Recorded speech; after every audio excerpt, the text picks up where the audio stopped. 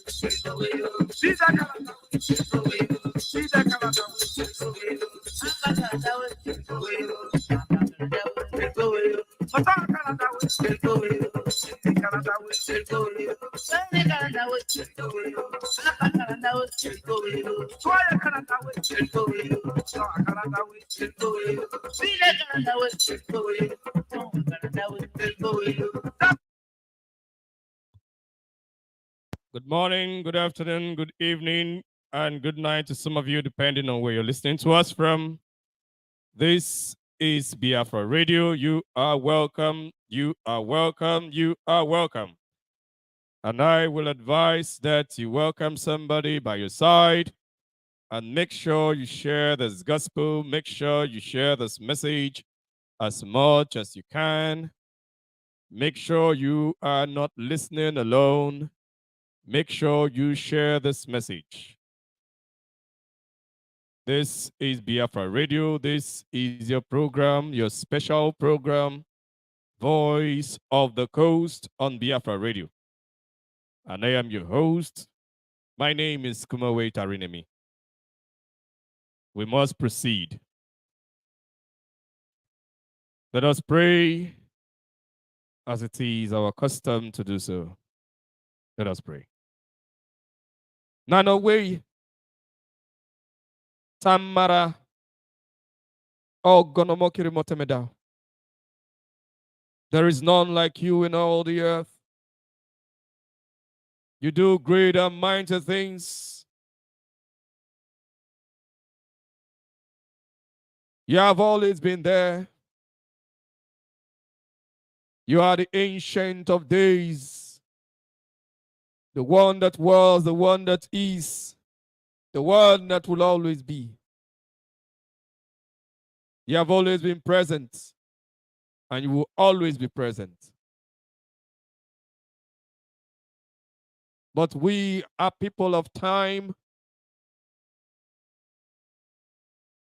and you have ascribed this time for the liberation of your people, for the freedom of the Biafran people, and in extension, the freedom of all of African people. For you have committed to our trust to preach this gospel for the freedom of all of your people.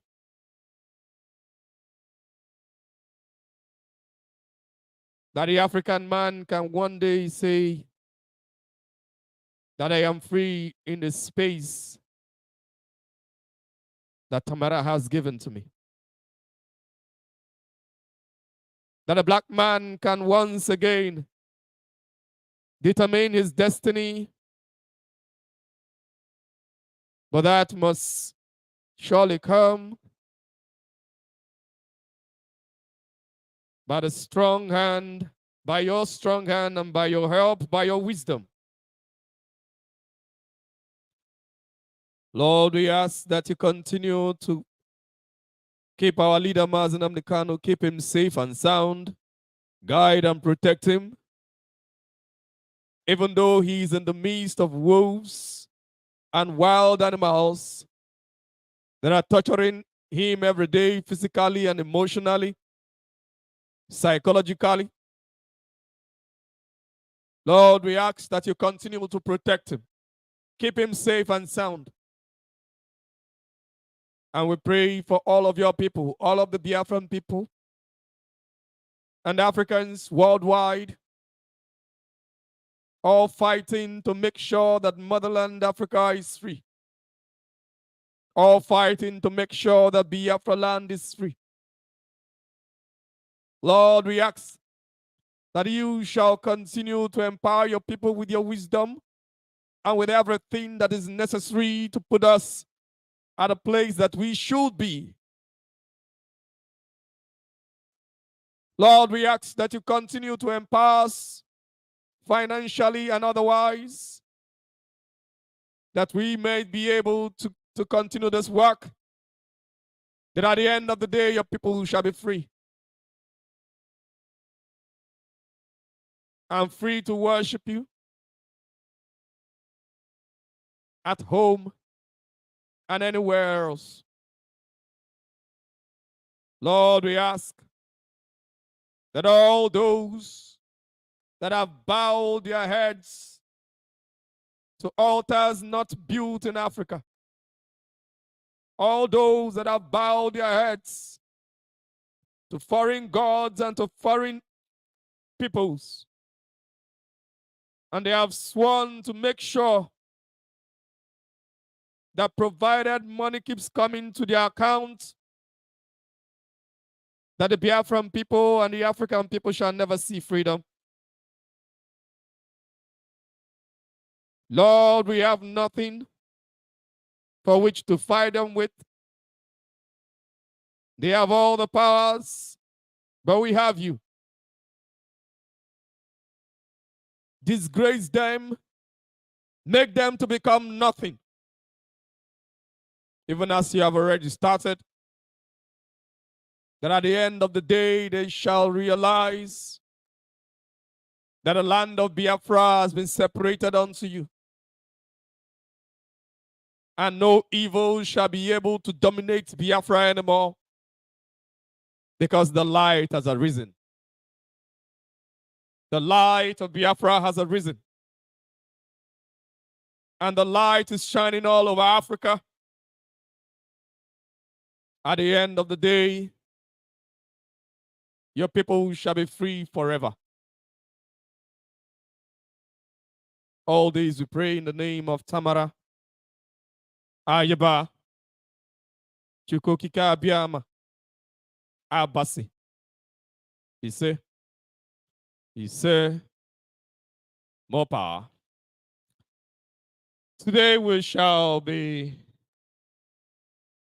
handling a topic that I title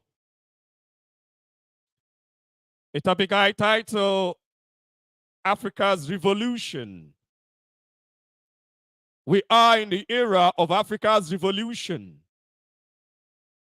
That is the era that we are in right now, the era of Africa's revolution.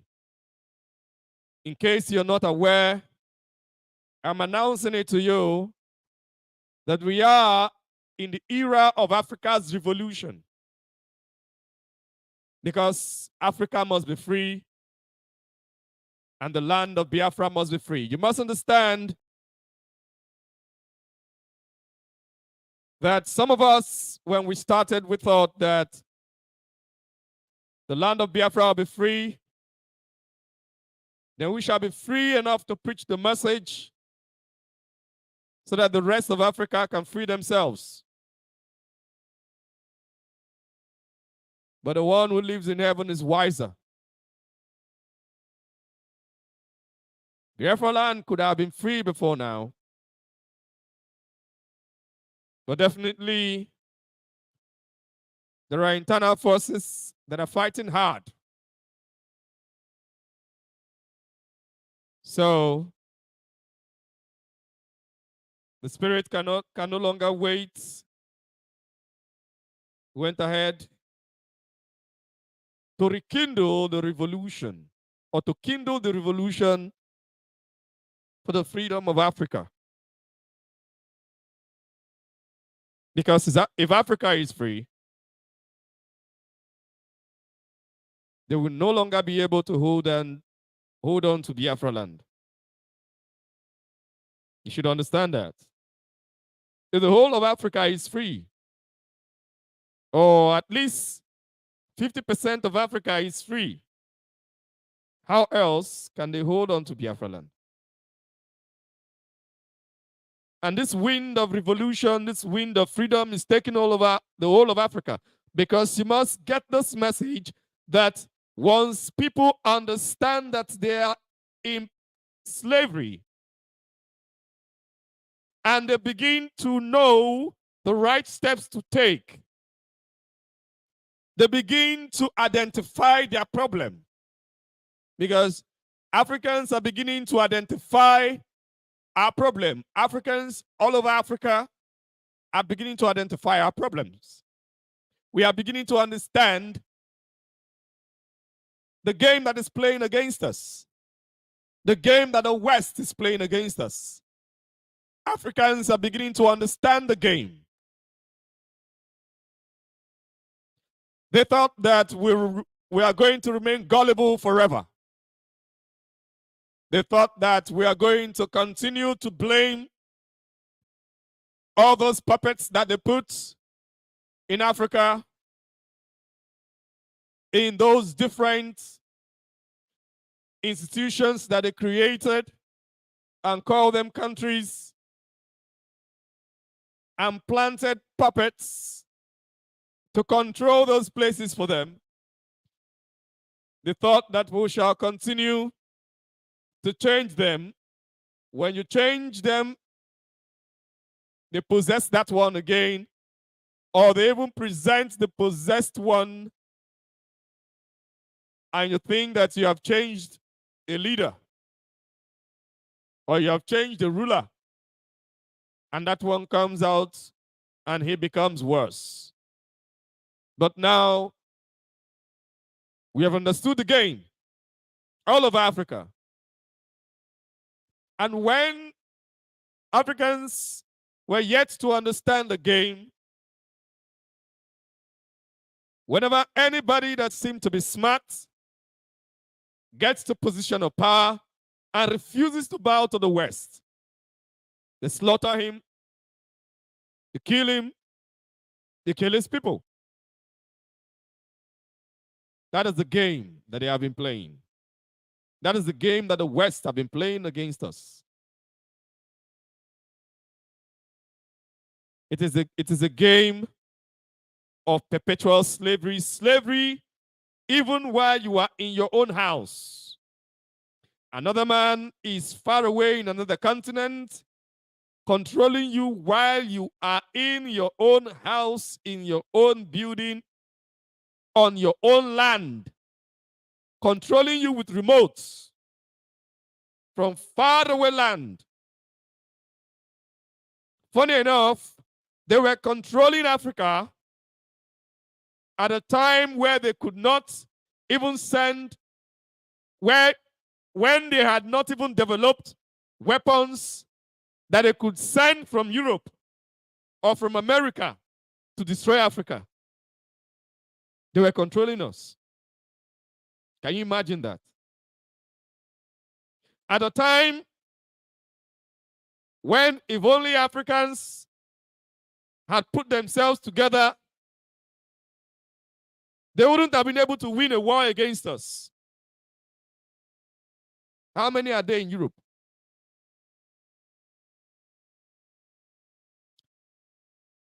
But of course, the weapons have increased.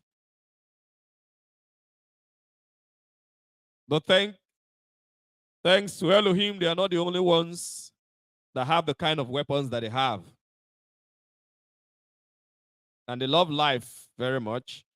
If they do not love life, they would not be coming to suppress us. If they do not love life so much, they will not be coming to steal from us.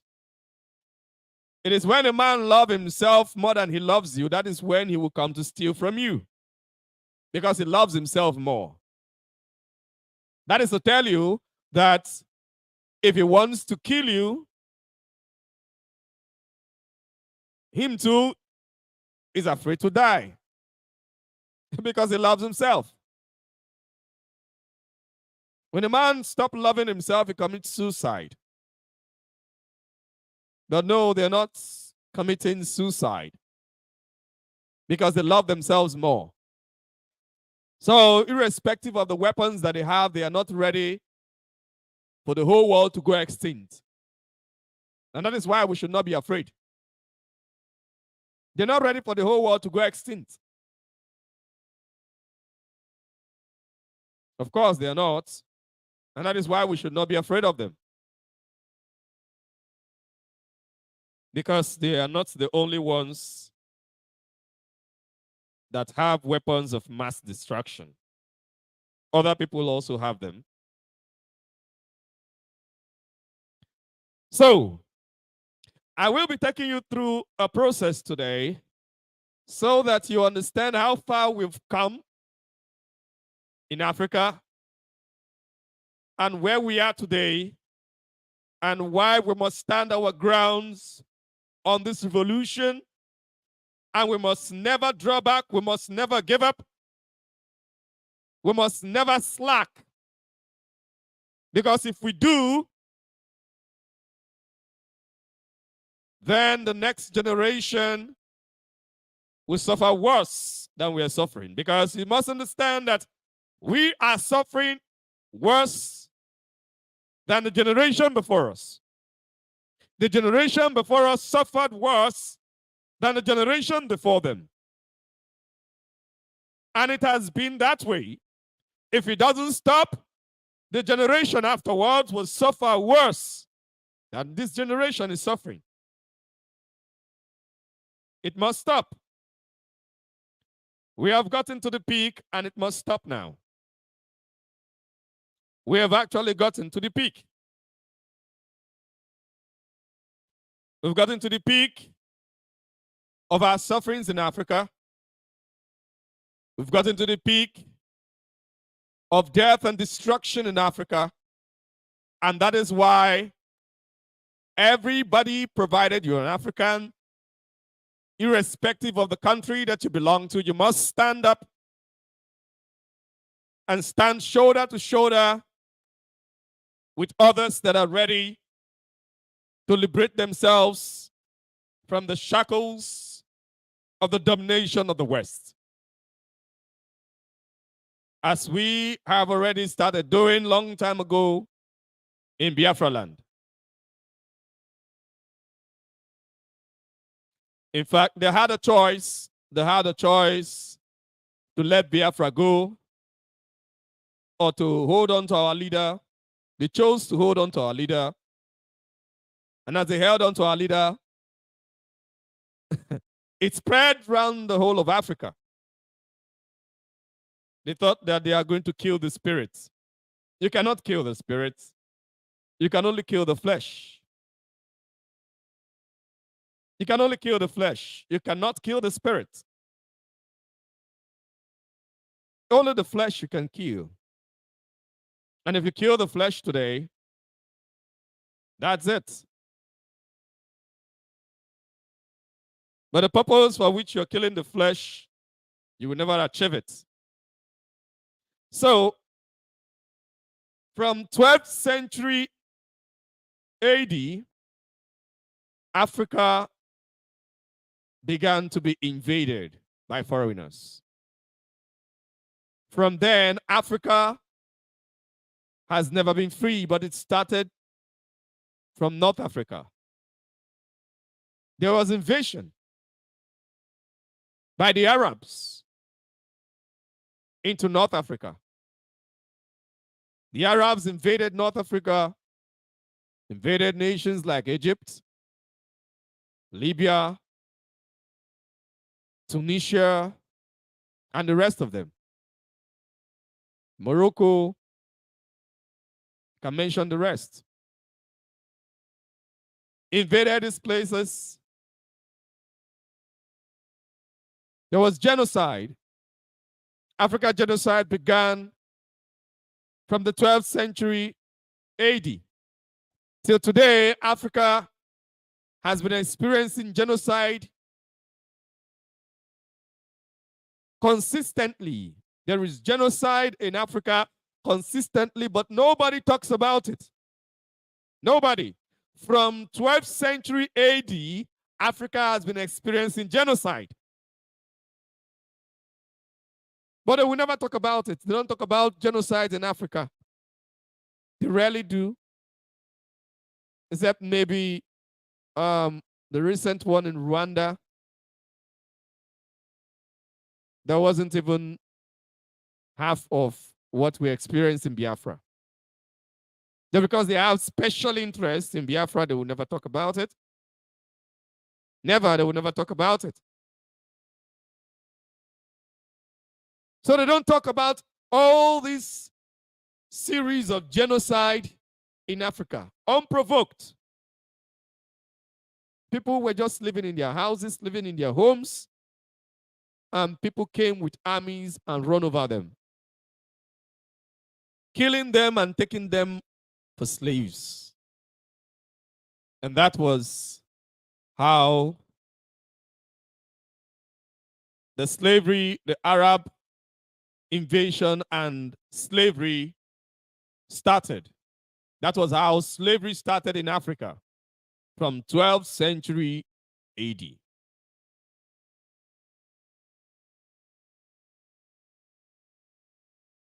They ransacked towns, killed lots of people, and occupied the spaces they left behind. And many others ran down to Western Africa. That is why you have West Africa to be the most populated in the whole of Africa. West Africa is the most populated. Most of the people you see in West Africa were people that ran away from the genocide in North Africa, as well as those that were already there in West Africa. Many people in West Africa were once living in North Africa. They ran down to West Africa and some to East Africa. And maybe a few to Central Africa, escaping the Arab invasion and genocide. That was exactly what happened. And many were forced into the religion of Islam because the Arab invasion came with Islam as her propaganda tool.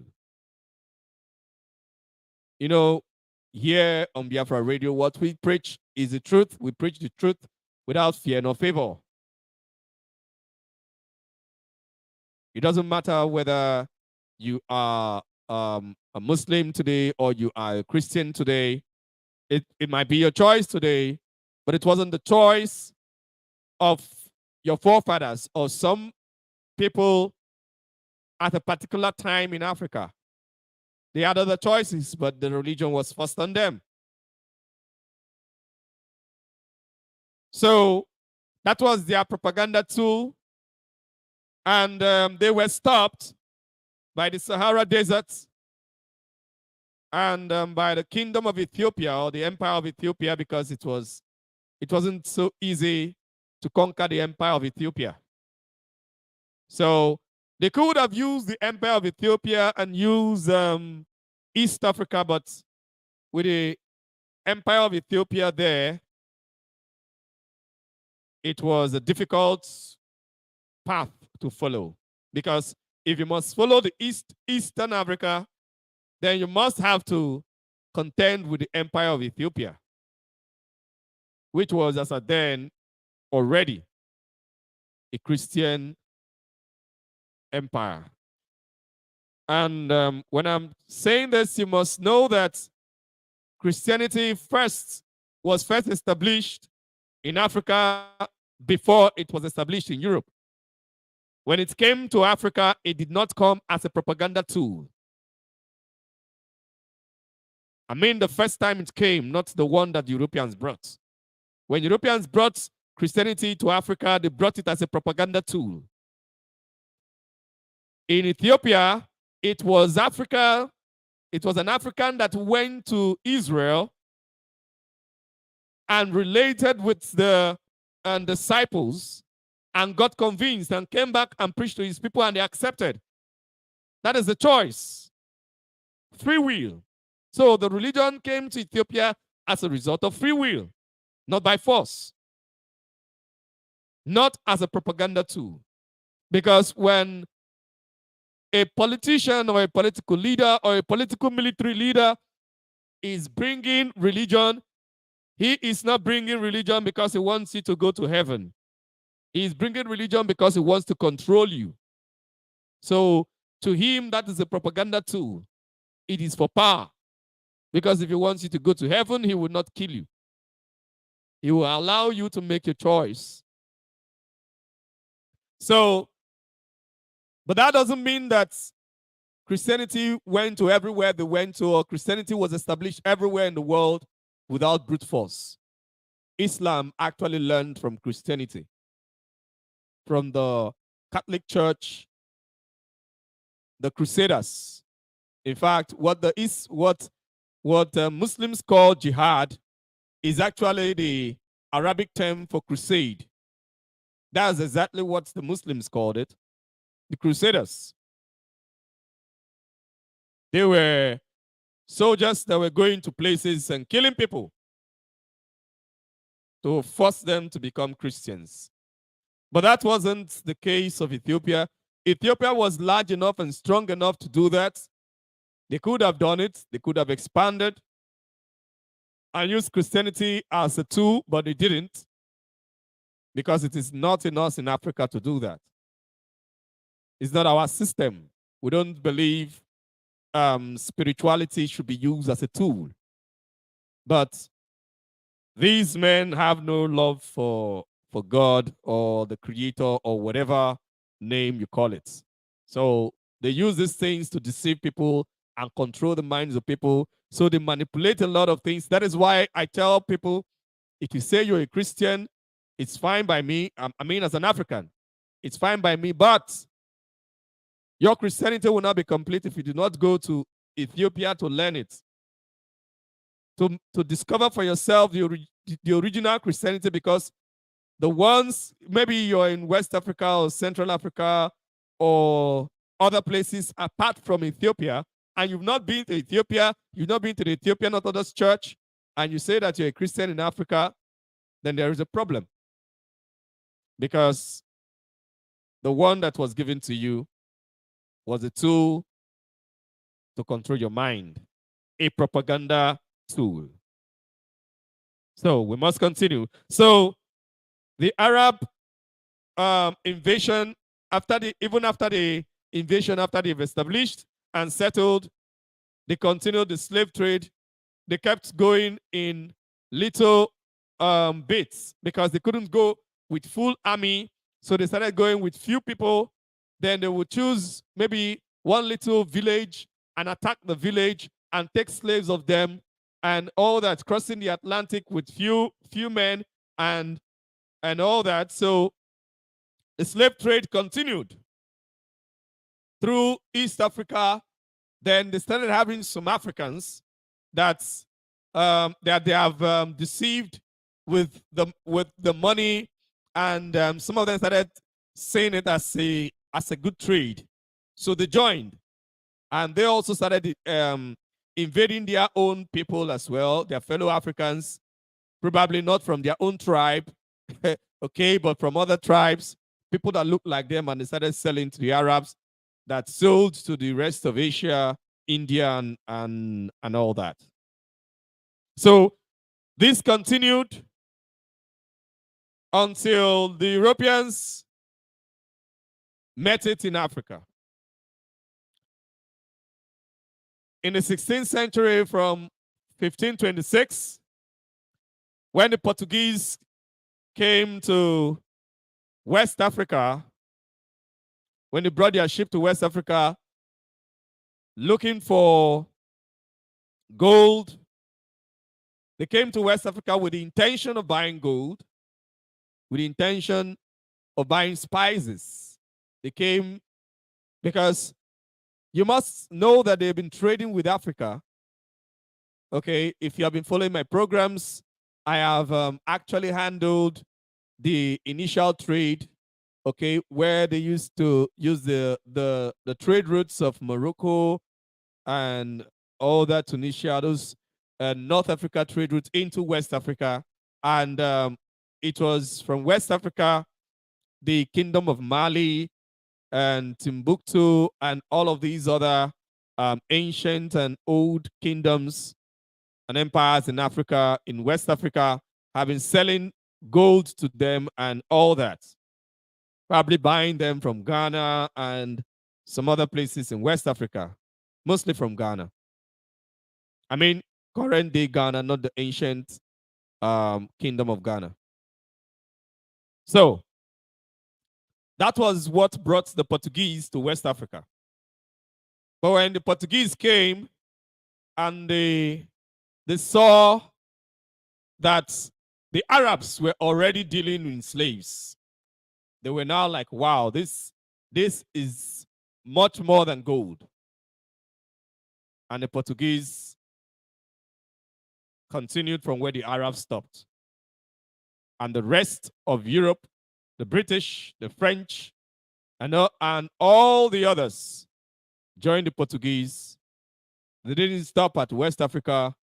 They went down to the whole of Africa. They mapped Africa. All of those maps that you see was to make their invasion easy, to make them understand the places, not for the Africans to be able to travel to their own places and know about themselves. No. Most of the ancient maps that you will see, or the old maps, let me not say ancient because it's not so far in time. Most of the old maps that you will see of 12th century, 16th century, and all that, those of the 12th century were made by the Arabs, and most of them were made by the Arabs. Then those of the 16th century, 17th century were made by the Europeans, trying to make their work easy for them so that they can go to different places and buy slaves and invade communities, kill people. You know, the way they do it, when they come, they invade communities, they invade villages. Many people run away. Maybe they will put fire in people's houses while you are asleep. You just wake up to fire, and everybody will be running. And those that they can grab, they grab. They use guns in case people are trying to fight back. They grab these ones, put them in their shape, and they move. So when they continued with this, and a particular time when they saw that, okay, when they started meeting some rivalry, they started engaging other people, other Africans, to be doing this dirty work for them.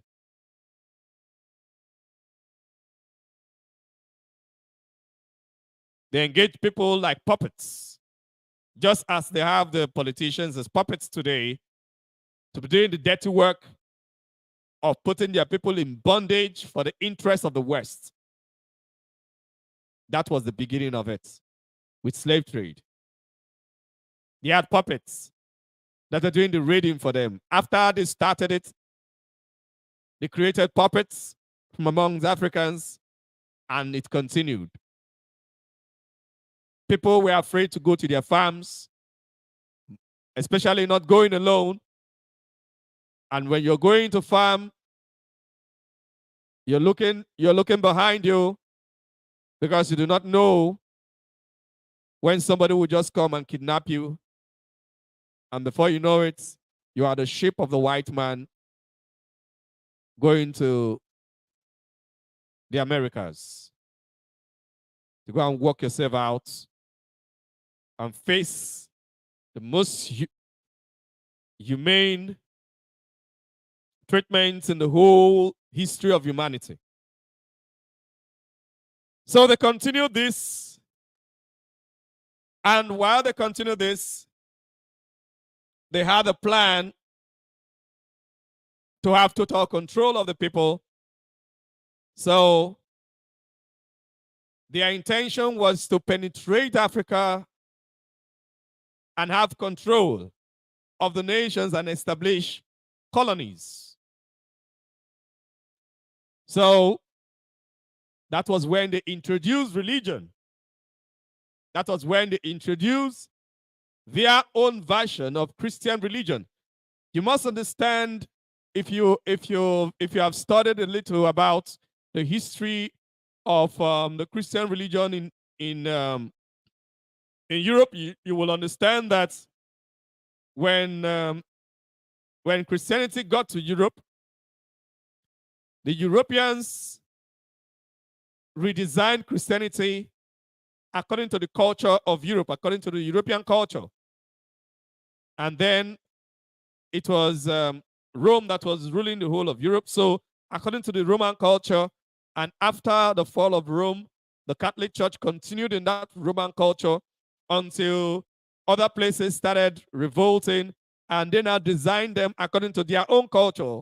So in England, you have the Anglican Church. In different places, they now design them according to their own culture, so that will suit them. So when they were coming down here to Africa, they brought these things in their own culture, in their own design, in a way that, because when they design these things in their culture, it is to make their people to be submissive to them. The Anglican Church was to break off the powers of Rome on England. So when the Anglican Church is coming to you to impose the Anglican Church on your land, they are actually making you to be loyal to England. So that was the design of Christianity in Europe. Christianity in Europe is a political tool. There is absolutely nothing spiritual about Christianity in Europe. Christianity in Europe is different from Christianity in Ethiopia. Of course it is. It's different. Nothing spiritual about it. If at all there's anything spiritual at all. But there's nothing spiritual about it. It is pure political, mind control, propaganda. That is what it is. That was the reason why the Arabs developed Islam, because they also wanted to have their own according to their own culture. All those places, Arabia, all of them, there were times when there was Christian influence over those places. The Catholic Church had certain influences over those places. Though not all of them were Christians, but there were Christian influences over those places. So they designed their own to suit their own politics. So the religion was just a political tool. So when they brought it to Africa, it is because they want to deculture you, if that English is correct. They want to take your culture away and replace your culture. So that was the reason they brought religion. So to make you not to believe in yourself. So they told you everything that you knew, every form of spiritual practices is wrong, is false, is evil. Okay, and this one that they are bringing now is right. So provided you keep believing that, you will stop believing in yourself and you will start believing in them. And everything there is painted in their own color, in the color of their skin. So it was something they started for about hundreds of years, from 16th century to 19th century, where they now decided, because they felt they have spread enough and they have established certain colonies, because already they had colonies in different places in Africa. Some people have established colonies by that time. Slowly, they were establishing colonies. They had colonies in West Africa, in different places. They had colonies in Southern Africa, okay, in different places. I think Cape Town or so in South Africa was already a colony then. Lagos, Calabar, some of these places were already colonies. So what these people now did, because slowly they were establishing their colonies through their systems. But in 1884, that was where they made it official. In 1884, they made it official, where they had a meeting. They came together, the Europeans came together and said, okay, let us not clash. We have prepared the people. We have invaded them with religion. We have made them gullible. We have made them to believe in us. Now we can divide them amongst themselves, because you should understand that as of then, it wasn't everybody that believed in the white man's religion. Not many people, but they knew that they could divide the people because they have already penetrated and infiltrated the people. So they could divide the people and use those people that they have already converted through this religion to enter in and give them a foothold to destroy their land. They didn't have to spread Christianity in the places where Islam was already prevalent. Islam is a political tool. All they just had to do was to replace the strength of Arab over those nations, because the system that Arab was using was to occupy. When they conquer, they will stay, and they will stay there like it is their own country, just as the Dutch did in South Africa, or in Southern Africa, where they came and they stayed. So the Arabs were coming, invade, and they will stay. And they will claim the place like it is theirs. So these ones were not actually coming to stay, because they knew that they cannot stay and be successful. So their mission was to establish colonies and go back to their continent, to their countries, and be ruling like that, and be changing the rulers just like that. So all they need to do was just to continue to take advantage of the works that the Arabs had already done in the places that already believed in the Islam religion. So they just penetrated and spread themselves. That was all they did. So from 1884 to the early 90s, where they started establishing colonies and protectorates and started putting together the whole of Africa, sharing Africa apart. From that 1884, it was bloody war all over the whole of Africa. In Berlin Conference, at Berlin Conference in 1884, Europe declared war against Africa. And there was war all over Africa. The whole of the continent was fighting war. They were fighting one power or the other until they were able to rest themselves and started controlling. And that was the beginning of the colonial era and suppression. And this era lasted for, in some places, half a century.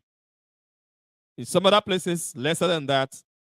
In some other places, more, depending on when the people woke up. And this waking up came as a result of the events that took place in Europe. Even though they have had the Berlin Conference,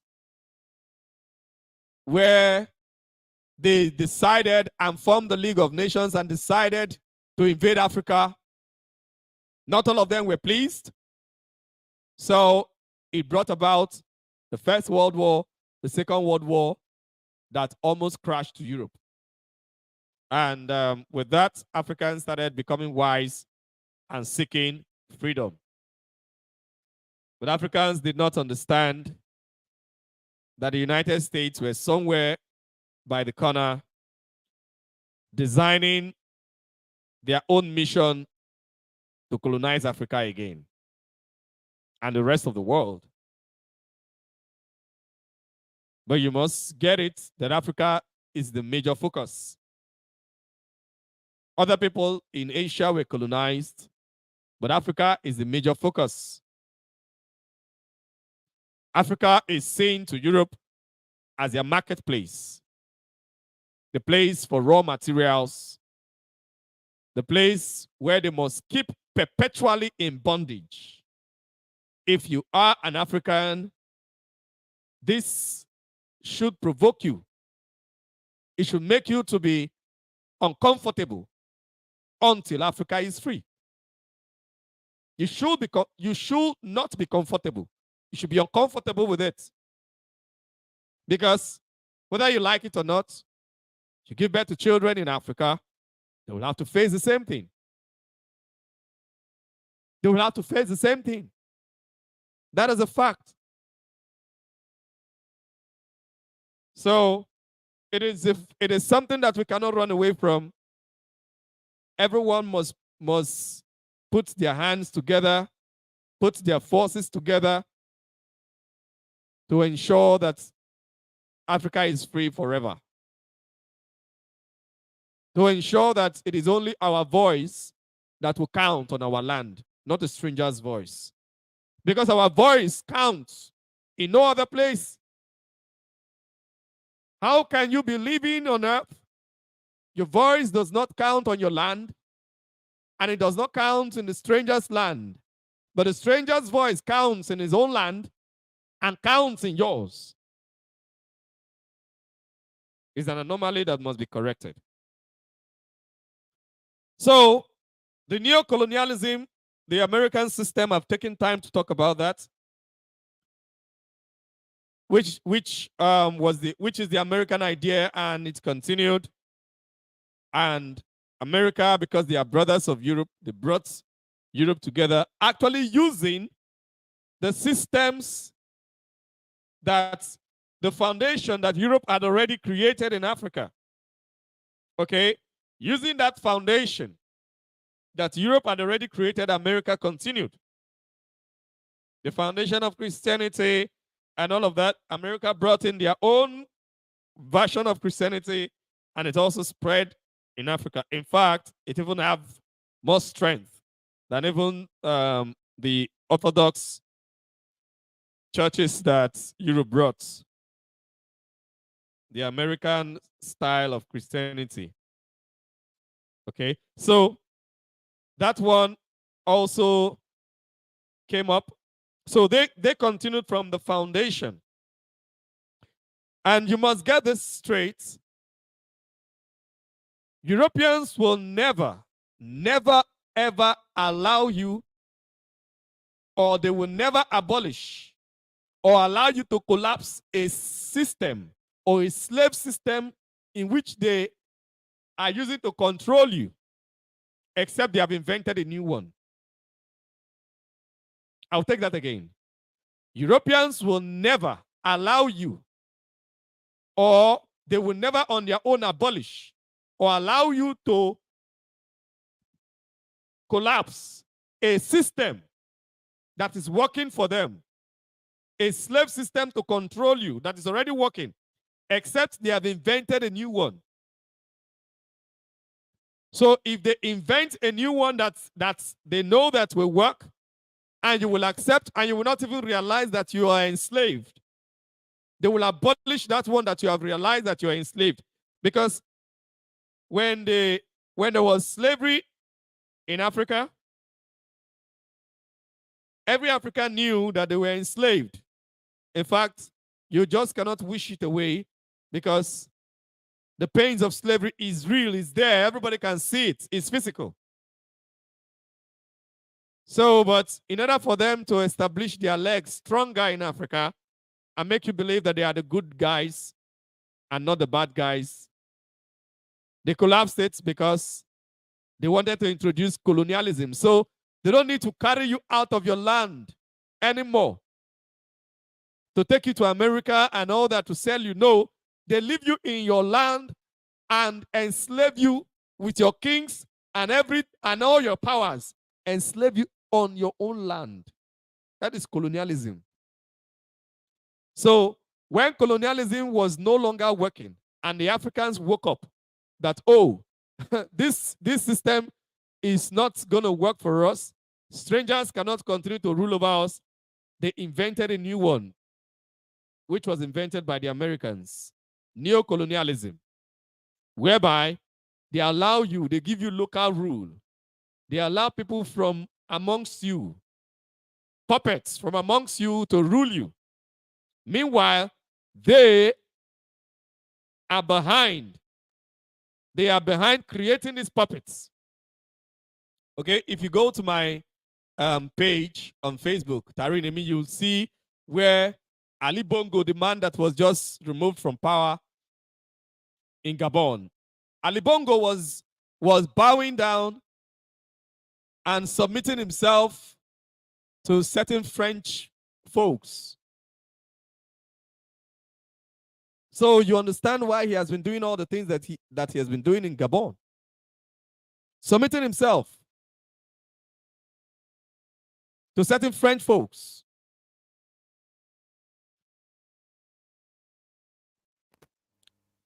Let us have a little break. We shall be back.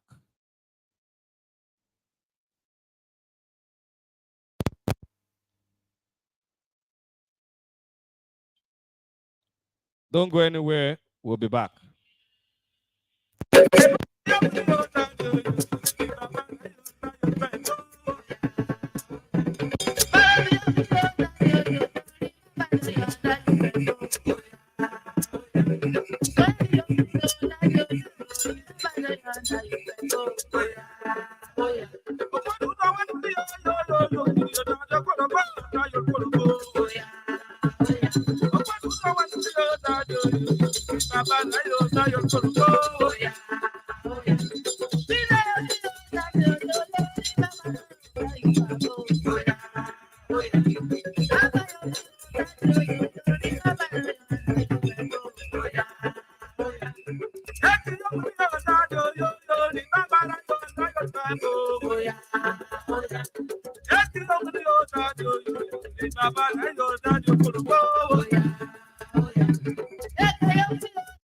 Welcome back, welcome back, welcome back. Welcome back. We must continue. So, as I was saying, these folks, until they have a new system, they will never abolish the old. They abolished slave trade not because they love Africans. Some Africans thought that it was because they loved us. No, it wasn't because they loved us. It wasn't out of love. It was because they knew that if this thing continues, these folks might realize this game and they might revolt against it. And if they do, it will be difficult for us to continue to control them. So let us first of all change it and establish ourselves even stronger with colonialism. So that was what they did. That was how colonialism started. And when colonialism faded after the Second World War, and many folks coming out to protest, neocolonialism was introduced. So their mission, you must get it, their mission in Africa has always been economic reasons. What brought the Portuguese to West Africa?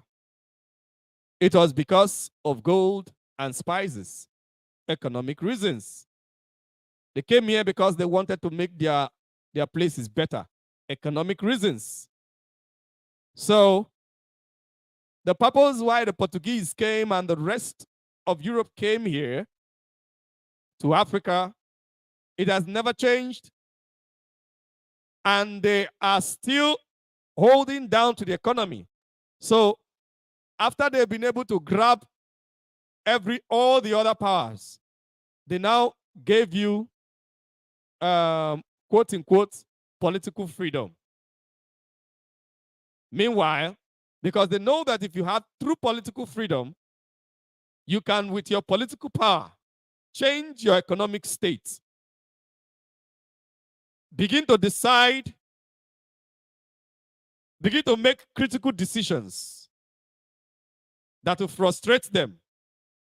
So because of that, they make sure that they give you an illusion of political freedom. An illusion of political freedom. Meanwhile, they are the ones that controls who gets to power and who doesn't.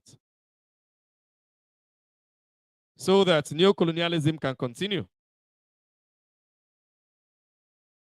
And whenever you become a problem to them, whenever you prove stubborn, they'll go ahead and either take you out of office or assassinate you.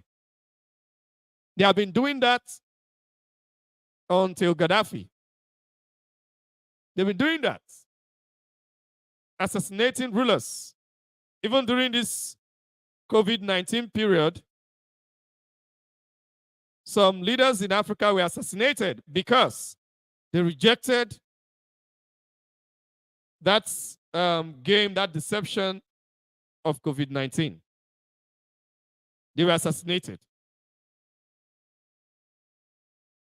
So they established neocolonialism, and neocolonialism time. So colonialism faded, neocolonialism was established. Now,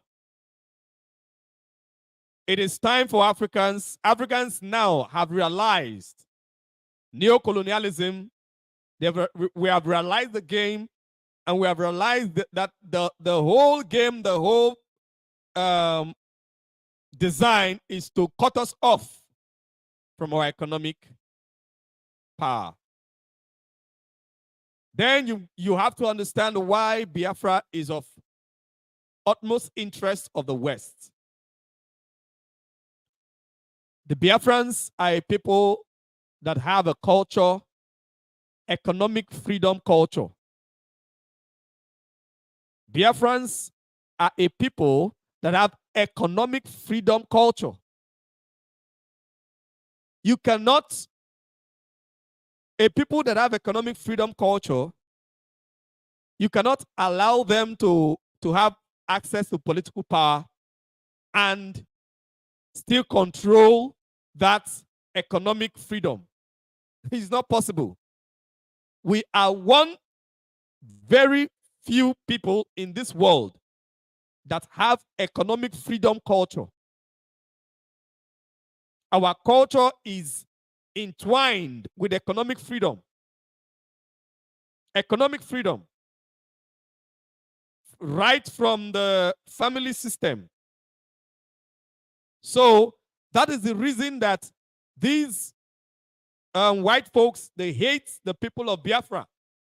Because you have a system that is dangerous to their mission. Their mission is to ensure that they control the economy of your land, the economy of the whole of Africa. So that game will be difficult for it to work in Biafra land if Biafra is free or if Biafra is given sovereignty. So that is why they always make sure that Biafrans don't even have power, even in the zoo. Because it will only be natural when a man is in power that he will exhibit his nature. It is only natural. Goodluck Jonathan wasn't according to the plans of the West. It was an accident. Goodluck Jonathan was a miscalculation of the West. Of course, nobody will expect that somebody would die in power.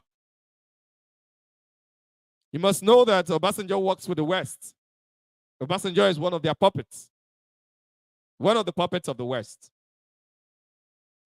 So they are probably the one that's given the advice in order to suppress the agitations in the coasts of Biafra. Because as at the time, the agitations were very hot. So they needed something reasonable to suppress it. They needed to give the people a fiction, something that is not real, that can at least appease them. So that was why Goodluck Jonathan was made vice president, because in the zoo, vice president is nothing. It's just a ceremonial office. But they never knew that the president will die and Goodluck Jonathan will become president. And that was why when he did, even though he didn't do enough, even though he wasn't strong enough, but for the fact that he's a Biafran, his presence there annoyed them. And the steps that he was taking, they didn't like it. That is why they are still fighting to make sure that the Biafran never gets to power in the zoo. Yet, they don't want Biafrans to be free. But that power is not within their hands. That power is not in their hands. It's not in the hands of any man. It's in the hands of the Biafran people. It is our choice. And we have made the choice to be free. So, no matter what they do, no matter how they do it, we are going to be free. Actually, their game worked. Their game with Goodluck Jonathan worked. Because if Goodluck Jonathan was not vice president, the amnesty wouldn't have been successful. Who are those people that are going to listen to the federal government of the zoo for amnesty? As at that time when the whole coast was hot, everybody was angry. You must give us our rights. So they had to use one of their own to deceive them. That was the game they played with Goodluck Jonathan and suppressed the agitations on the coast. They suppressed it. Suppressed the agitations. So they brought amnesty, and you know the whole story. Until Mazi Nnamdi Kanu came. And Mazi Nnamdi Kanu was never in their plan. They never thought that a man like that could come up and start preaching.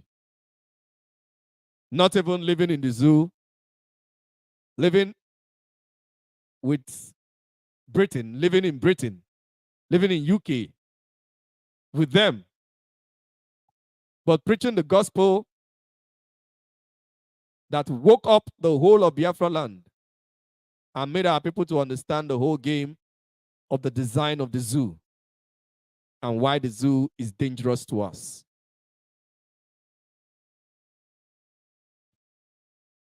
So, but with the rising of Mazi Nnamdi Kanu and the rising of the Biafran people, they continue to try to suppress. They continue to try to suppress and suppress, but it did not work because Mazi Nnamdi Kanu came and dealt with all the foundations. He broke down the foundations that these folks have already created in Africa. Number one foundation, the foundation of religion. Religious control, religious timidity, and self-hatred. Hating yourself and loving your enemies. All these systems that they created to control our minds. Mazi Nnamdi Kanu on radio started breaking all these walls, breaking down all these spells that they have casted on our people that made our people weak and docile. The propagandas of illusion, the more you look, the less you see. Mazi Nnamdi Kanu made us to see clearly from radio.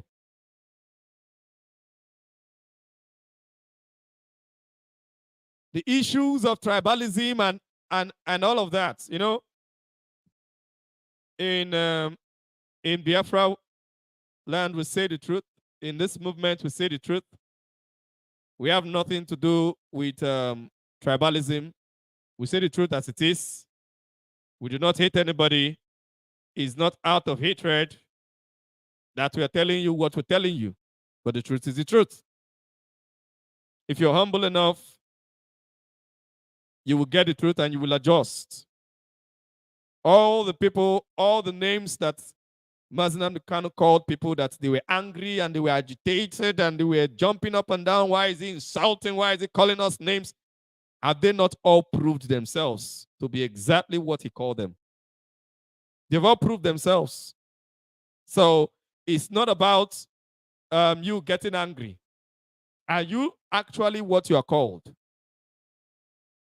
When Mazi Kanu called the zoo, many people were like, oh, how can you call our country the zoo? Now they are the ones calling it the zoo. So at this point,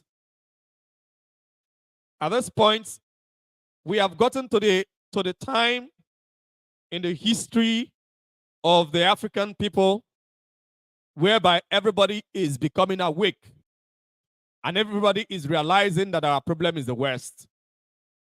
And people are taking advantage in different countries to rise up against it. Mali took advantage, rose up against it, cut off ties with France. Burkina Faso followed, Niger followed. And when it happened in Niger, France became mad, knowing that this is becoming a trend, that they are losing their empire in Africa. France became mad and they want to do anything possible. Now, they are planning to repeat exactly what they did in 1884 at the Berlin Conference.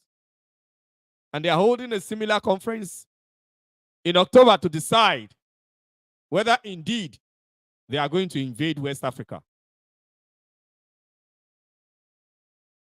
They are holding the conference in October.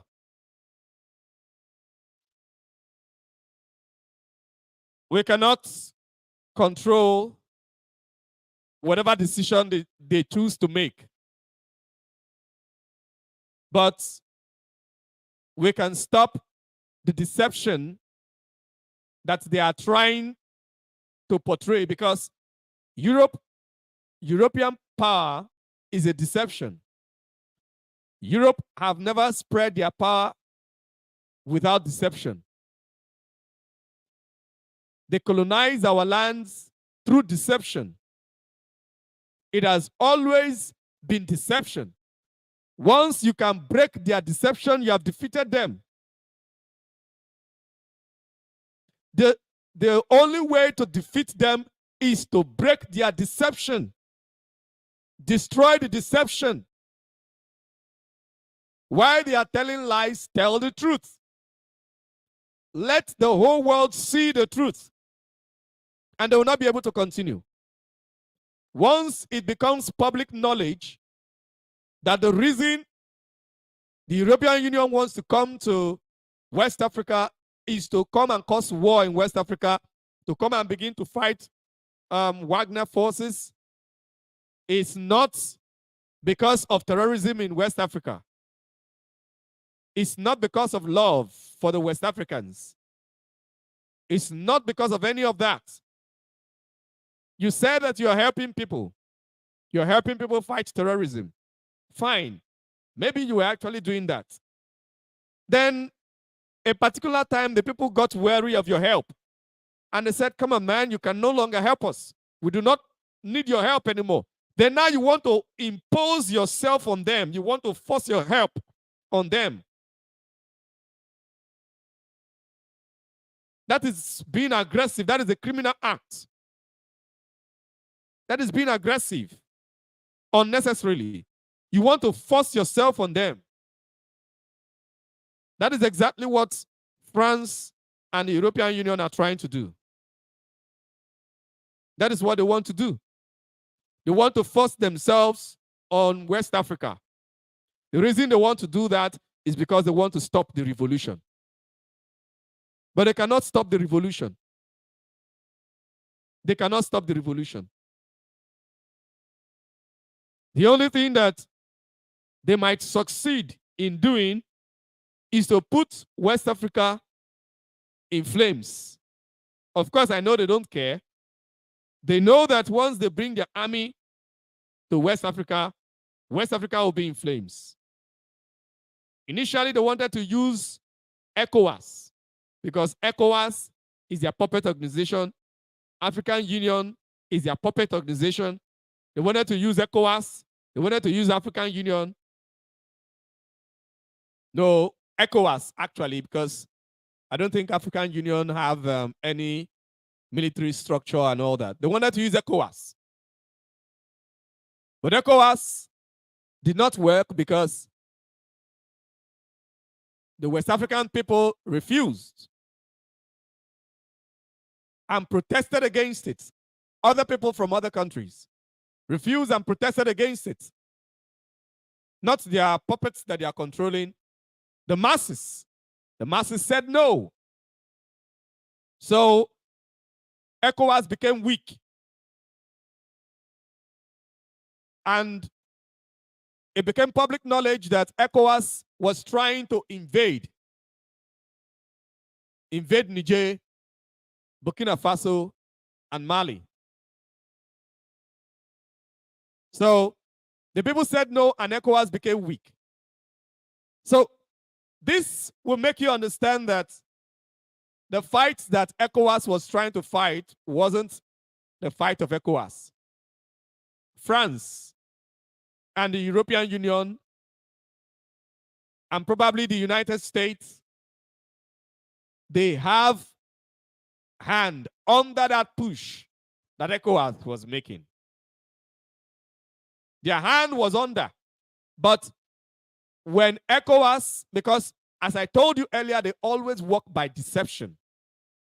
They always work by deception. They deceive people. So when ECOWAS failed, because ECOWAS have failed in that mission, they now want to come and do it by themselves. They now want to come and do it by themselves on foreign soil. They want to bring their army just as they did with Gaddafi. You know, when an adult beats a child once and the child cries and there is nobody to stand in for the child, that adult will feel that at any point in time that he feels that he likes, whether the child is wrong or right or whatever, he can lay his hand on the child. Because he did it the first time and he wasn't questioned. Nobody asked him, why did you beat the child? Why did you lay hands on this child? Probably the child is an orphan. So, no guardian, no parent. So nobody can stand in for the child. And that was what happened to Gaddafi. Gaddafi was an African orphan. No guardian, no parent. Nobody to stand in for Gaddafi. Of course, the guardian was supposed to be African Union, but African Union was a puppet of the West. So when NATO came to Libya and was doing all they did in Libya, members of the African Union tried to stop them, or at least ask them why they are doing that to Gaddafi. And they treated them like rags, because that is exactly what they are to them. They are their puppets. They are their dogs. They are their lab rats. And they treated them as they are, because it was as if the African Union didn't know their place. They were trying to act as if they were actually real. Meanwhile, they are just an illusion. The African Union is an illusion. It's an illusion. There's no union in the African Union? How can there be African Union and people are still calling for Africa's unity? How can there be African Union and Africans don't even know themselves? Africans cannot travel among from their own nation to another African nation without visas. If actually there is anything called African Union. So they were treated the way that they actually are, the puppets of the West. And NATO went there and did what they did. Till today,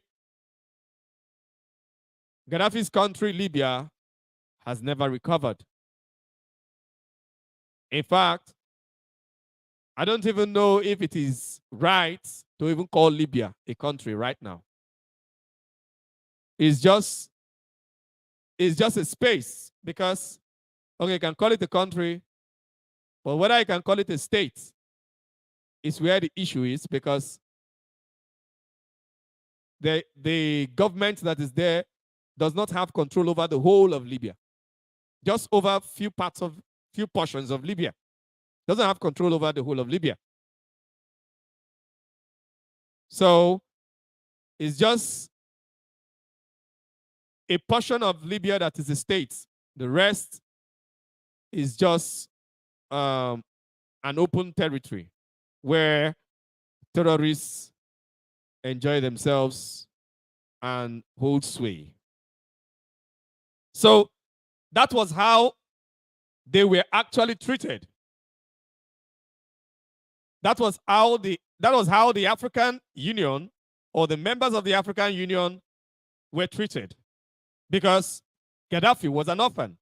So, but when this adult tries to do that to a child, beat up a child, then another adult that is strong enough to face him, if he wants to fight, come out and ask him, why did you beat up this child? Why did you do that? In defense of the child. Okay, the child was wrong. The child did this. The child did that. Okay, so why didn't you look for the guardian or the parents to report the actions of the child to? Why do you have to go ahead to beat up the child?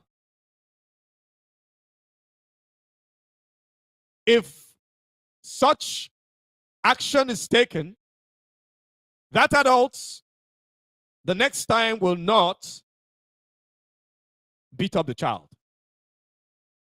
That adult afterwards, if he sees any of such action of that child that made him to beat the child the other time, that particular adult might talk to the child and look for the parents to report the activities of the child.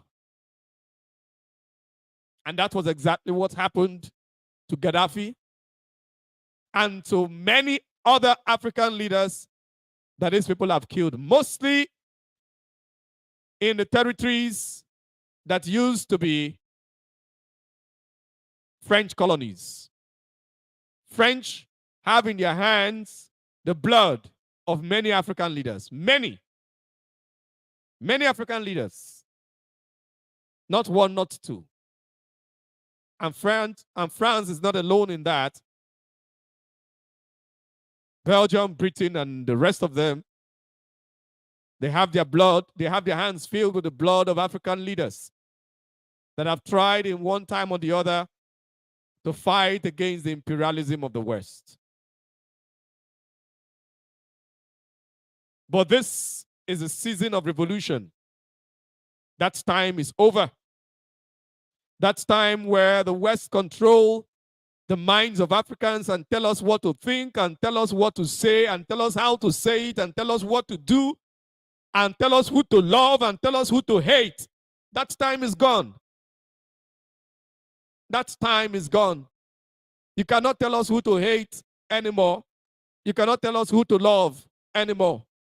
You cannot tell us how we must live our lives anymore. You cannot tell us how we must marry. The West got so high in controlling the minds of Africans that they wanted to impose on African soil how we must marry. Because they came with their religions and told us that a man must marry a woman. For the Christians, the Arabs said he can marry up to 4. Then that's the limit. The Christians said, or the European Christianity, because I didn't see anywhere, I've read the Bible a lot, I have not seen anywhere in the Bible where it said that a man must marry 1 wife. Of course, it is in the Bible that 1 man, 1 wife is the perfect, as in that was how it was created in the beginning. But it never said that if a man marries more than 1 wife, that it is a sin. But the European culture says it is a sin. So the Europeans brought their culture and imposed it on the Africans that believed in their Christian religion. So Africans that used to marry more than 1 wife and had large families, and the wives were not quarreling. The wives were not jealous. They were at peace. At those times, they were all at peace. They understood themselves until the European religion came in and said that it must be 1 man, 1 wife, and the women became jealous. But that's not the topic for today. So when they were able to convince us concerning how we must marry, they told us that, okay, you can marry, you marry 1 wife. Then we saw them, a man that had 1 wife, have many girlfriends everywhere he went to. But the African man then could have 2 wives or 3 wives, and in the whole of his life, those are the only women he has ever known. But the European system, a man can know up to 1,000 women, but marry only 1 wife. Same goes with the woman. A woman can know up to, carnally, know up to 3,000 men, but 1 man at a time. And she's free to divorce and marry as many men as she can, provided it is 1 at a time. The African culture was way different from that. But our people thought theirs was the best.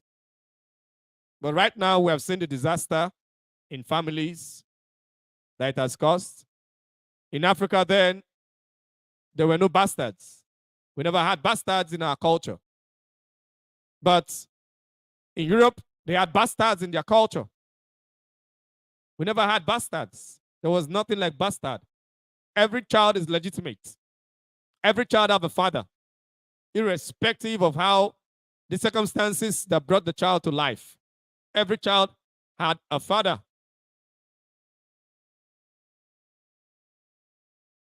So we had these systems, but they said no. Until they now said that a man must marry a woman and a woman should marry a woman.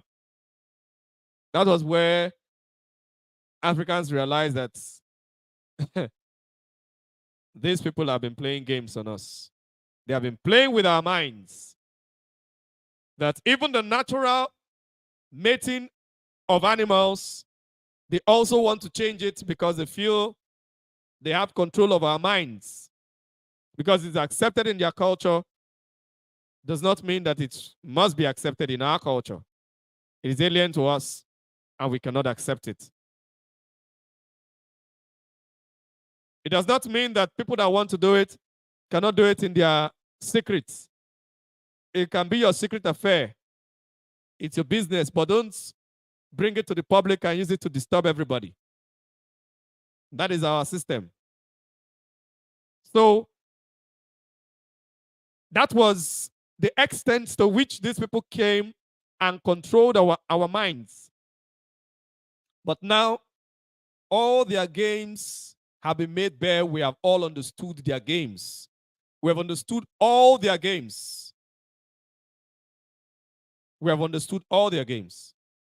At this juncture, I will be opening the lines so that those that want to call will be able to call and give their contribution to today's program. In case you want to call into the program, let me announce the number that you can call. And you can only call on Signal. Please, if you do not have the Signal app, you can download the Signal app if you want to be contributing in this program. We are wary of WhatsApp and all the magic that they do over there.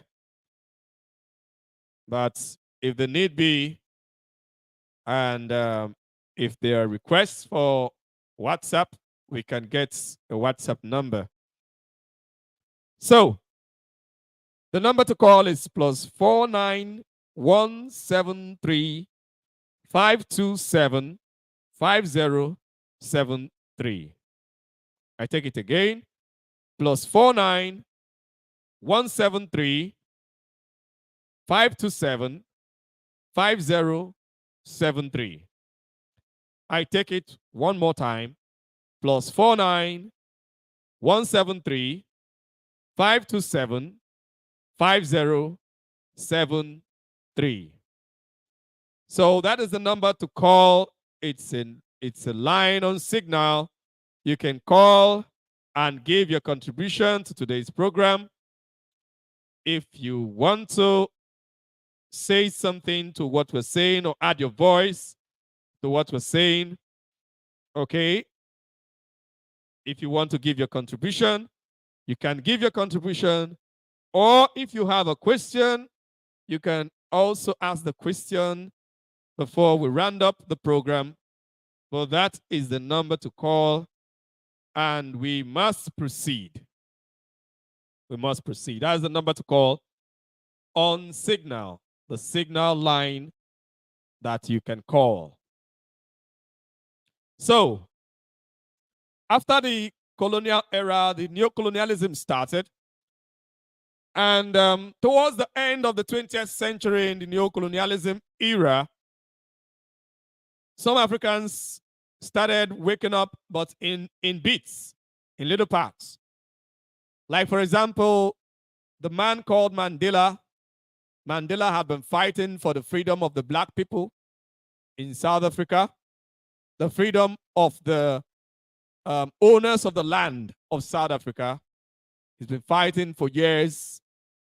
South Africa, as a country, got her independence, of course, local rule, from Britain in the year 1961.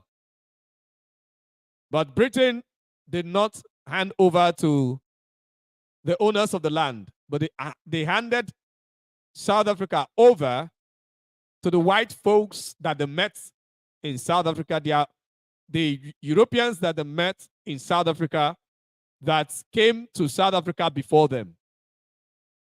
So they felt like these ones are the owners of South Africa because they are Europeans. So it was more or less like they conquered the black people for the whites and handed over the lands and destinies of the black people to the white folks that were already there trying to conquer the whole land and all the black people in South Africa. So from 1961, the black people kept on fighting and protesting and agitating for long until Mandela escaped, went on asylum in Biafra land, Eastern Nigeria at the time, until he changed his mind and said that he will return to his country. If he dies, he dies. And he returned.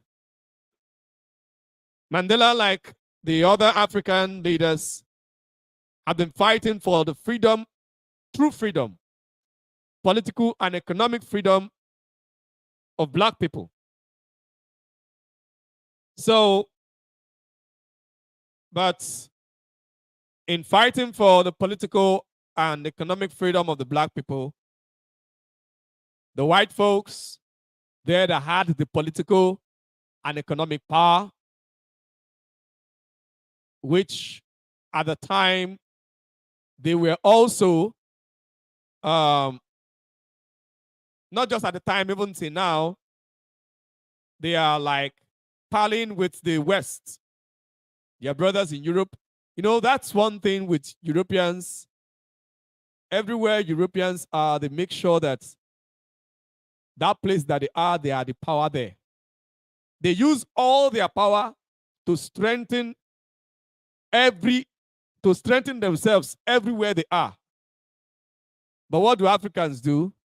Africans use all their power to weaken themselves everywhere they are. We do the opposite. We try to weaken ourselves. Everywhere an African see another African that is doing better than him, he wants to be the only one doing better. So he wants to weaken others so that only him will be shining. He wants to use that strength that he has to destroy others. If not for that mindset, will Mazi Nnamdi Kanu be where he is? Now, I'm not talking about the strangers to Biafra land, the Fulani and the others, but the Biafrans that helped them to put Mazi Nnamdi Kanu where he is, the politicians and the rest that helped the politicians to sabotage him and put him where he is. That problem is all over Africa. All over. Why? Simple envy. They were just envying the man that people listen to him. That when he gives an order, people obey. Envy and fear.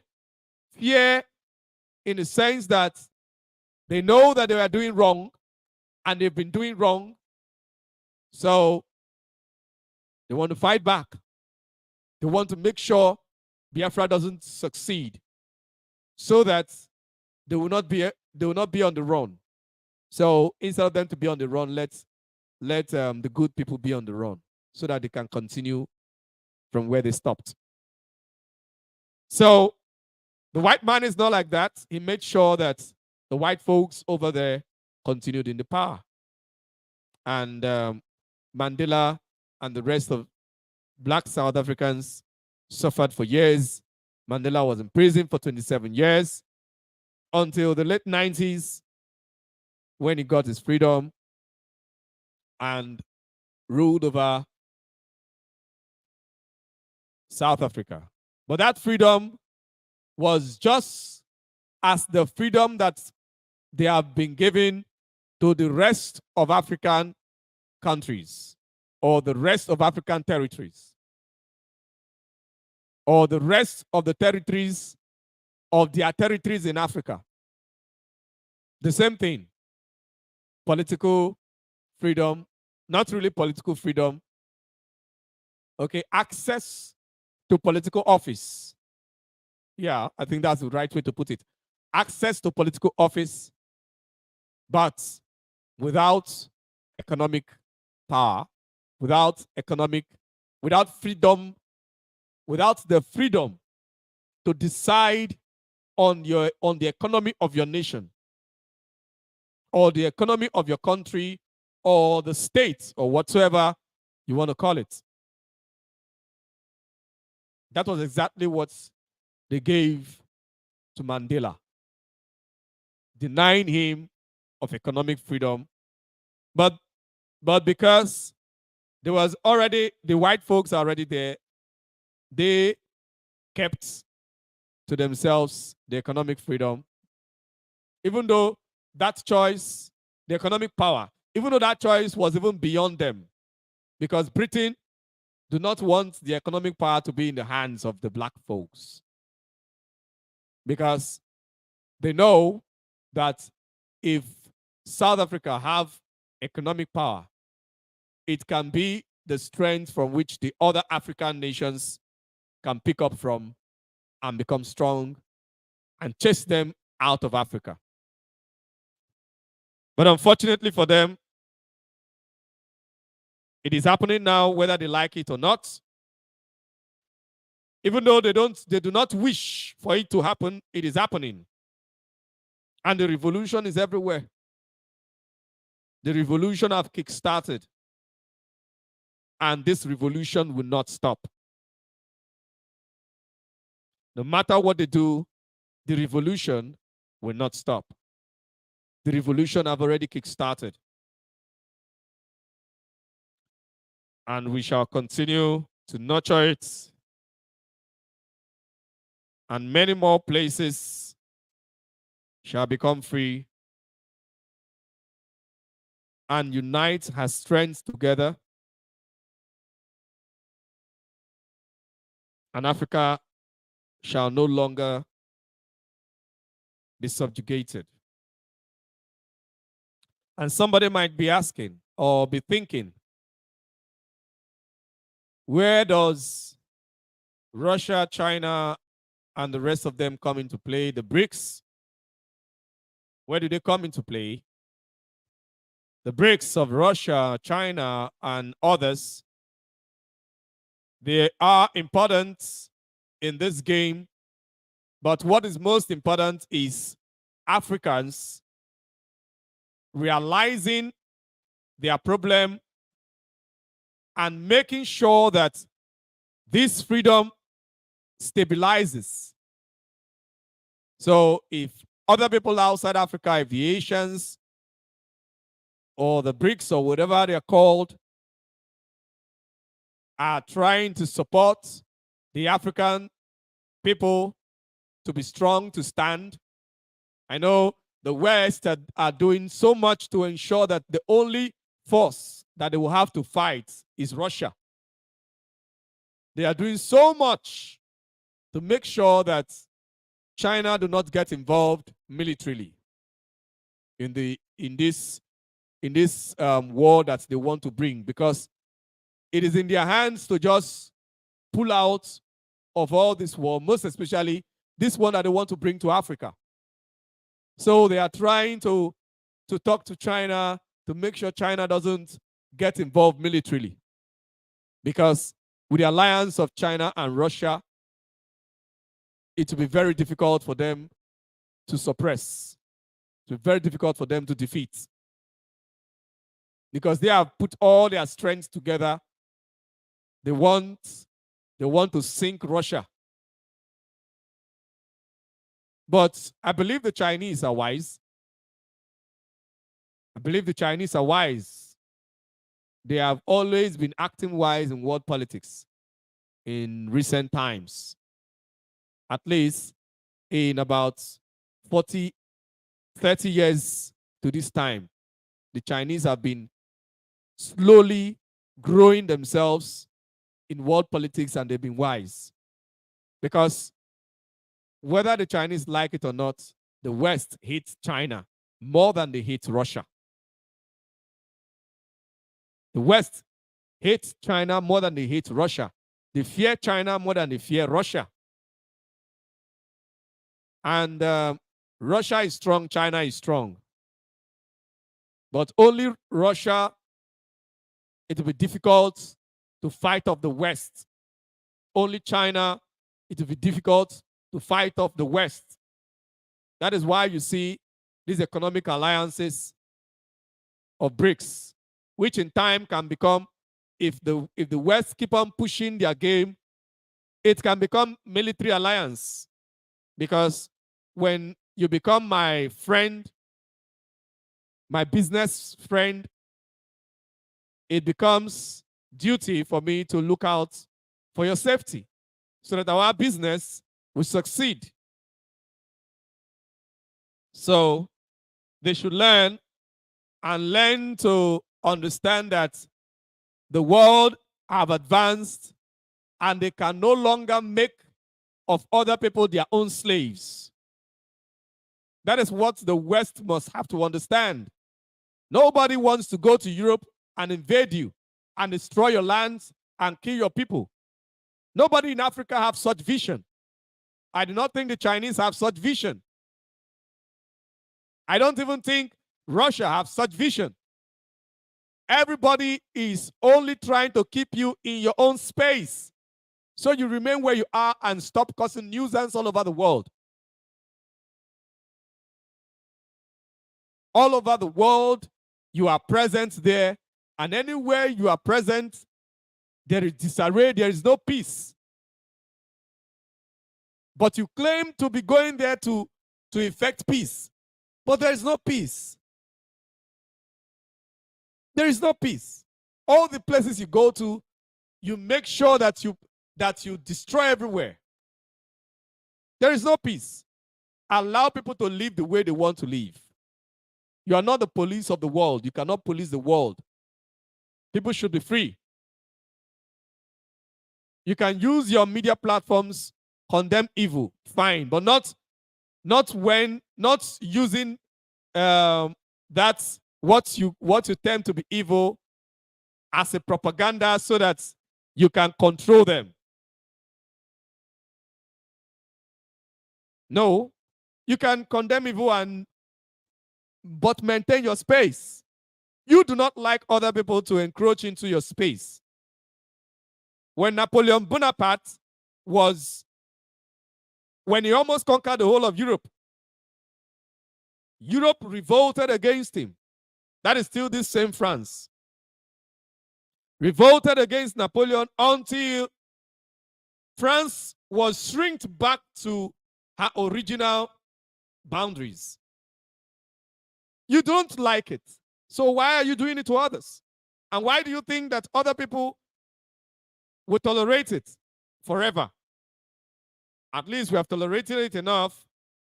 You have made lots of money from our land.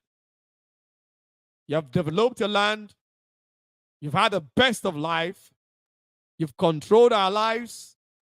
You've killed a lot of our people. A lot of Africans. You have treated us the way you choose. But this is the time for you to retreat because you cannot win. You cannot win this one.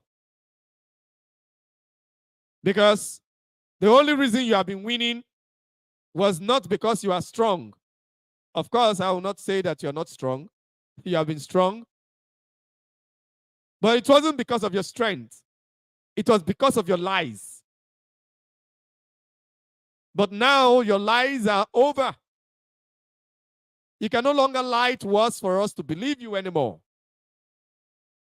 Your lie games are over. You can no longer deceive us.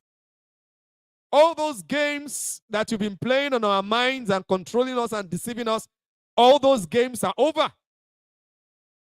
So the best thing for you to do is to retreat and begin to treat people with respect. I call them respect. And take your hands off Africa and leave the puppets for them to face their fate. Leave them to face their fate.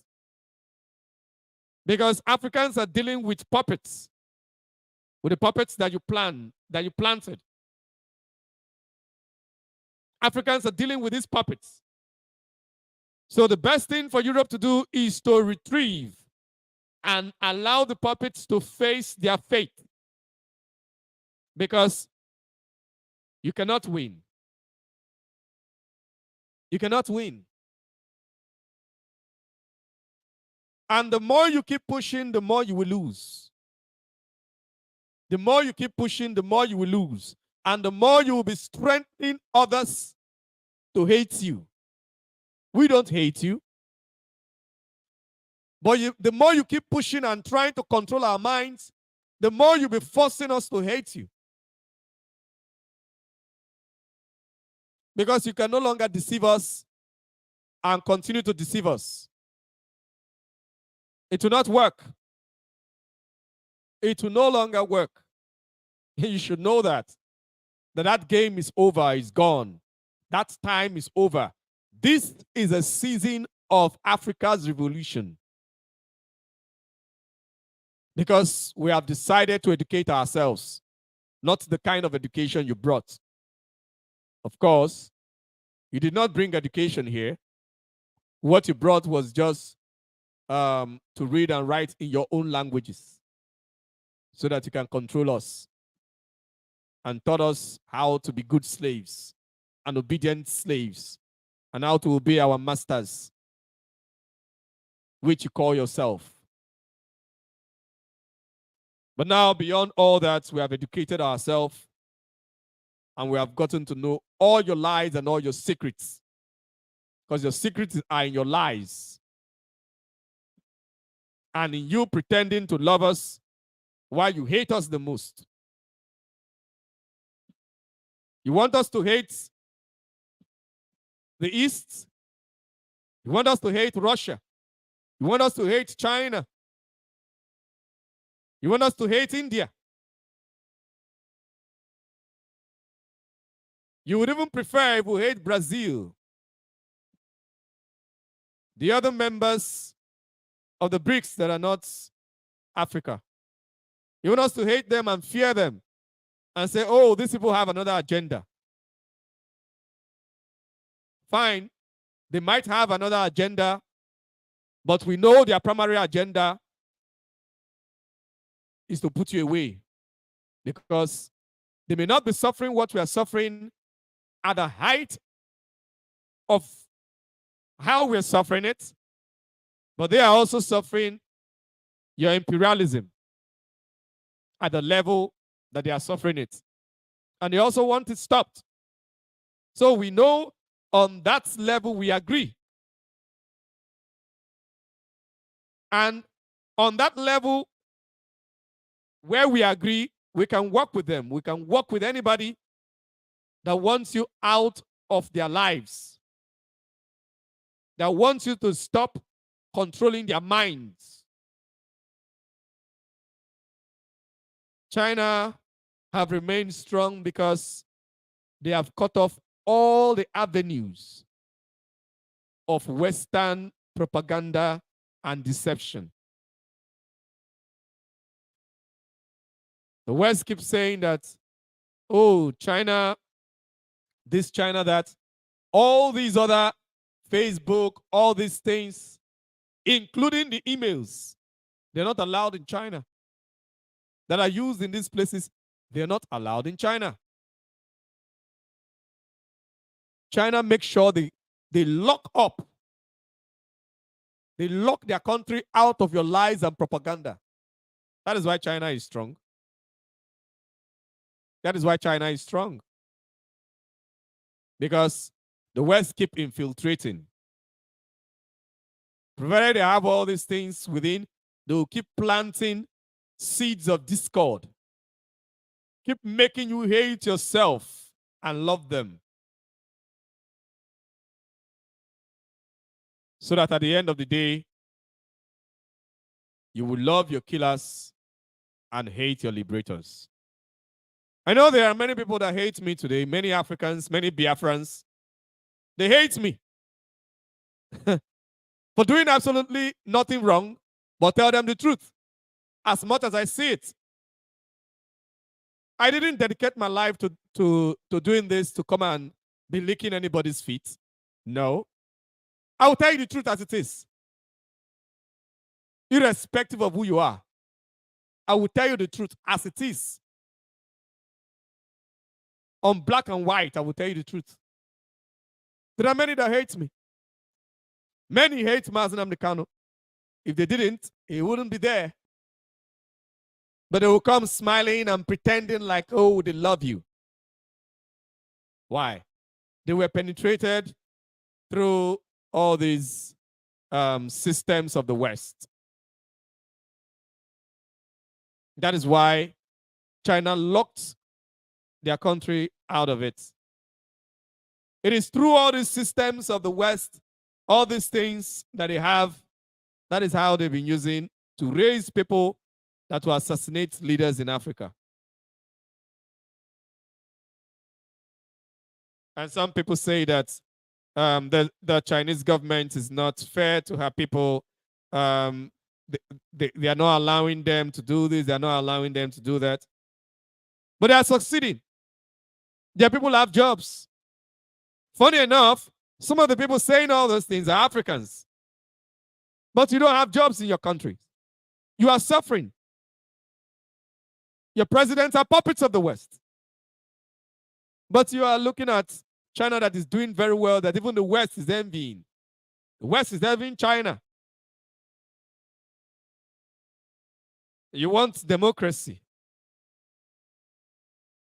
The thing is, it's not everywhere in Africa that democracy can work.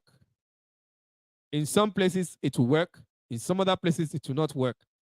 In Biafra land democracy, our own kind of democracy, by the grace of God, when we become free, we are going to have our own original democracy, our own system.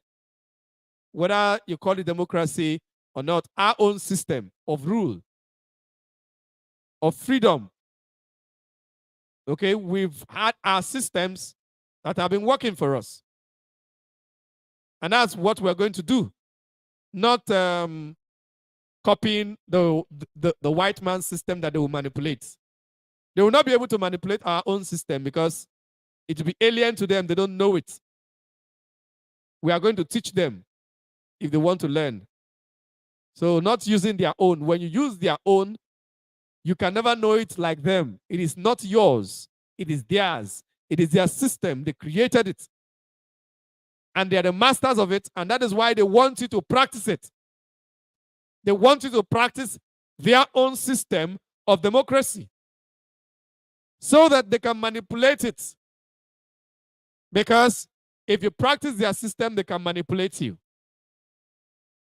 But if you practice your own system according to your own design, then it will be difficult for them to manipulate you. It will be difficult. Like when Goodluck Jonathan was president, the government was talking about 5-term president, governors coming to power. You rule only once. 5 years, you rule only once. You rule 5 years and you go. Not standing for another election. If you win one election, you have one chance to develop your land. 5 years, and you go.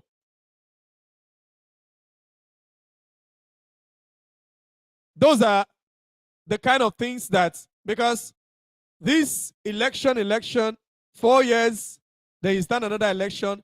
That first 4 years, in most governments, in most states, in most administrations in the zoo, is absolutely nothing. Achieves nothing. All they do is to amass wealth to win the next election. That first tenure. Maybe the first 2 years they might work a little, do a little work, so that the people will begin to praise them. Once they achieve that time where the people are praising them, oh, this governor is doing well, this governor is doing well, then they will stop. The remaining years they will use it to amass wealth, to have enough wealth so that they can use it to bribe for the next election, so that they can win the next election and continue to be in power. But if they know that they have only but one shot, you can be president only but once. Once you become president, you're no longer thinking of election. You're no longer thinking of election once, 5 years, or maybe 6 years. And that doesn't mean that within that period you cannot be kicked out. So I'm not saying that, I'm not approving that system. I am only saying that we must use a system that works for us. We must use a system that works for us. That is the only way. A system that works. Not the foreign system whereby if you miss one letter, you have to go and copy from their book. You know, the way people used to copy copy their classmates in school. When you write that, you write CHA, then you go and copy whether you're correct. Okay, I have not put T, you not come and put T. That's the way African democracies have been operating. They keep copying instead of to do it to suit their own system. Once you design it according to your own system, the West will not be able to control it. The one that works for you, approved by the people, to be difficult for the West to manipulate it. And that brings us to the end of today's program. I want to thank you all for listening. This is Biafra Radio. This is Voice of the Coast on Biafra Radio. And my name is Kimiowei TARI NEMI. Thank you all for listening. Make sure you continue to share this broadcast so that other people can as well follow through, and not just Biafrans, but also every African that you know. Make sure they have access to this and they listen so that the system can continue. When you wake up, it becomes your responsibility to wake others up. Thank you, and God bless you.